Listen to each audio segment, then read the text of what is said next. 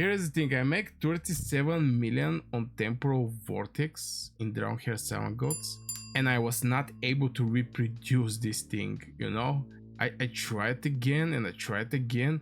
I know I'm with wild team, so obviously it strongly depends what kind of dice I'm going to throw. But one time I make 37 million, after this like 22, 24, 23, 29, and I was like, oh brother, are you serious? So yeah, this is the reward ranking. So far here I get like 350 of this what was the name, Echo of Calypsidra, and today we're going to do our best shot. Now I didn't have that much time to actually grind some gear, I'm not gonna lie. Today I was on the road, getting back from the holiday, like 5-6 hours 5-6 hour driving the car, but yeah, I'm just going to do what the team I have already prepared. Now I'm going to watch this one, and yeah, so I'm going to speak a little about the timing, because I think the timing is one of the most important thing in Dragonheir 7 Gods. So the equipment, obviously everybody can actually see that I have this artifact, which is a flame tongue. Wild dice rolls is above 5, the wearer gets, you know, up to 5 stacks more damage with couple words. I get this helm that is for each ally of the same school present, we're going to get more attack. We get some critical rate. Now this is not the best thing, okay, this is not the best helm, but I combine it with this Guovers, which is giving good attack, critical damage, critical rate, and we're doing 30% increased damage to enemy under defense penalty. Now Felicia is going to have this artifact, which is Remains, which, you know, is having like 55% chance to apply defense penalty, and boy oh boy, defense penalty is something like the first artifact everybody have to buy is Witch's Remains. There is just no buffs like defense penalty. It's extremely rare debuff, and it's just going to help you by a lot in damage. Here we're stuck it with the accuracy, still we get like extra 53% critical rate and 22 critical damage. And we have this this chest is when the wearer is at 100% HP, damage do increase it by 25%. I think it's a very nice one. It's with accuracy, something that we're looking for. And this hero, you know, it's for applying this debuff, but in the same time it's also good one to do some extra damage. I mean, you're going to see what we're going to do. We have Errich. Now something very important for the Errich, because I really tried to I was thinking to actually replace Errich, and I'm going to share with you why I didn't replace Errich in the Temporal Vortex. The main reason is this bad boy having this spell. When Errich appears, upgrades all ally wield heroes dice, increasing their max value by 2. So, you know, it's just all of the heroes are doing more damage, because I really have one hero that is doing more damage from Errich. But at this point I just put this hero aside. I'm going to show you also the hero, and I use Errich, and I have this one, this Guovers, which is critical rate 40% of damage and some extra attack. Obviously I don't have that many of these Guovers, especially the majority of those Guovers are total trash, I'm not gonna lie. Look at this critical damage. When the wearer is at 100%, the damage do increase it by 25%. Oh, this is a good one. This one is also 30% when it's defense penalty. And here we have here we have when the wearer is so this one is 5% less extra damage, but this one is just giving attack and giving some critical rate and critical damage. Nah, I don't think I'm going to actually use this one, because I was thinking to actually make a switch, but it's going to be like minus 40% critical rate, which, you know, we're going to hit pretty decent critical rate, critical damage, but the critical chance, the critical rate is going to drop by a lot. So yeah, here we put some extra critical on this Wovers, not something crazy. Now, here's the thing, this is Furbat. I actually used this one on Furbat. If you see the top teams performance in the Temporal Vortex, they're all using, just going to show you. We're going to start the battle in the second.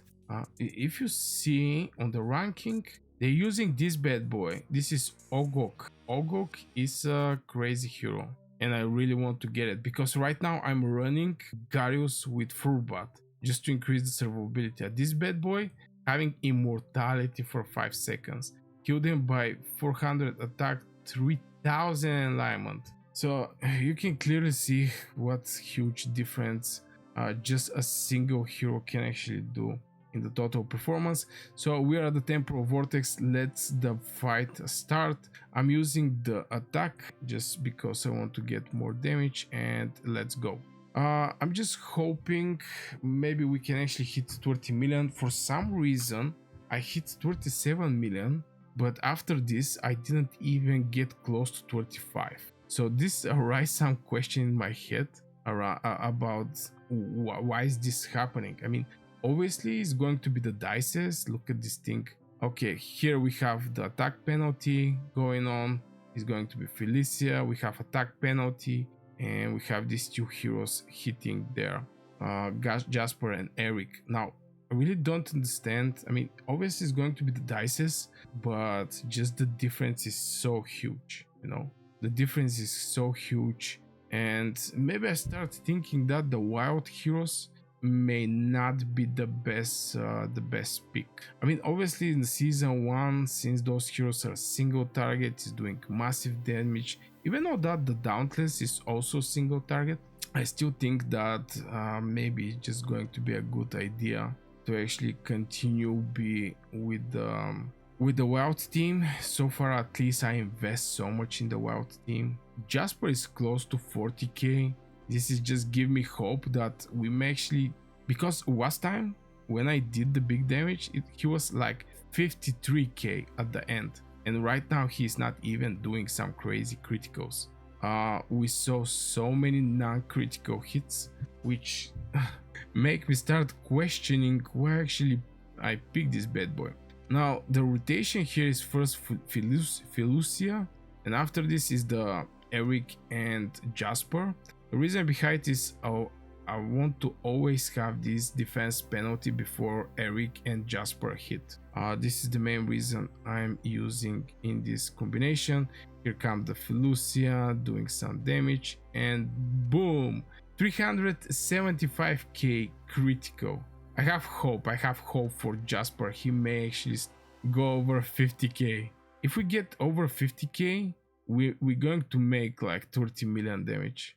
I don't think it's going to be enough. Like yesterday I get top 20, but today, since I really don't have that much time to try new stuffs, and I'm right now working with the 3 healers, you know, 2 healers. I have Furbat and I have Garius. This is like 2 healers, and I have 3 wild team. So far, at least I get the bonus for the wild team, but with the 2 healers is not actually a good way to go here. So, you know, at least we hit some 8 from time to time. But yeah, so far, if I remove one of the healers, maybe if I get this Oggok, or maybe Furbat becomes so strong, we may actually start doing some crazy amount of damage. Okay, the Caspar is close to 50k per second. Okay, we actually hit 50k per second on the Temporal Vortex. I'm excited. If we continue and hold like this, I'm going to be very happy, but I'm not quite sure we're going to be managed to actually do it. Yeah, 50k again is some crazy DPS going on, and the only hero that I'm looking in this fight is Caspar, how much damage he's doing. And yeah, he's doing his best for sure. He's doing his best. Look at, by the way, those things are something new. Total damage reduction I guess this from the defense penalty, and we're going to hit like 1.5 million. I'm not quite sure this is actually an extra damage that I just received from the skills I have. I'm not quite sure, but it's a pretty nice number to actually see on the left. And you also have for the attack penalty, by the way. We're going to see when the Furbat is going to actually hit. Yeah, he actually hit and total damage reduction is like 20k. Well, this is like half of the HP of one of my heroes. It's not something crazy. It's like 26, but still is some damage reduction. Okay, we get the juicy boost. Come on, Felicia. Come on. Oh yeah, we're going to hit it. 400k. 405k. Yeah, he's like 50k damage dealing right now. The Jasper. I'm so proud of this hero. He's like 2 times inspired, so it should not be that crazy surprise. It's like, oh my god, look how many damage he's doing. This is basically normally he's doing that much damage. But I don't have Fora. Now here is the thing, I don't have Fora. If I have Fora and this Oggok, things is going to be way more different. Way more different. At least I can actually say I have a gear. I have the gear, but the gear is just not going to be enough to defeat the Temporal Vortex. You just need a hero synergy here. And so far this is the best hero synergy I can actually come from. I'm excited for the season 2. It's very far in the distance, season 2. But yeah, we're competing in the season 1. If I manage to continuously be in the top 50, I think I'm on the good road to get some good heroes, to be honest. For example, season 2 exclusive, but I think I should be between 50 and 100 to actually get these 10 screws for the season 2 heroes that I have a chance to actually get. Here we go, more damage, 50k. Okay, Jasper is going to keep the 50k. It's going to be always around there. 82k, some extra damage. At this point, I think Garius should die. I think at the minute 2, Garius die. Now, I was thinking, should I actually improve the survivability of Garius and somehow maybe remove the Furbat and put some other healer, actually getting this extra 2 minutes before the Garius totally die. But in the same time, the Furbat is actually giving this attack penalty, and on top of that is also giving some healing, and have this artifact that is reducing the nah Garros just die. This artifact is increasing the damage of the range heroes by some percentage and have like 3 stacks, which I don't know how much is going to end up. We're going to see. Yeah, basically everybody just die right now. So the damage, oh, we actually managed to do again. How much? I didn't actually saw. I was a little confused. How much damage did we do? 37.5. Okay, we're 37.5 million. We're in the place 17. There's like 9 hours. I'm confident that we may actually save this spot, and maybe finish in the top 20. Again, there is like 9 hours. There is some people just chasing, the last 1 hour, maybe 2 hours, or the last 20 minutes. They are just rushing and trying to get some great results.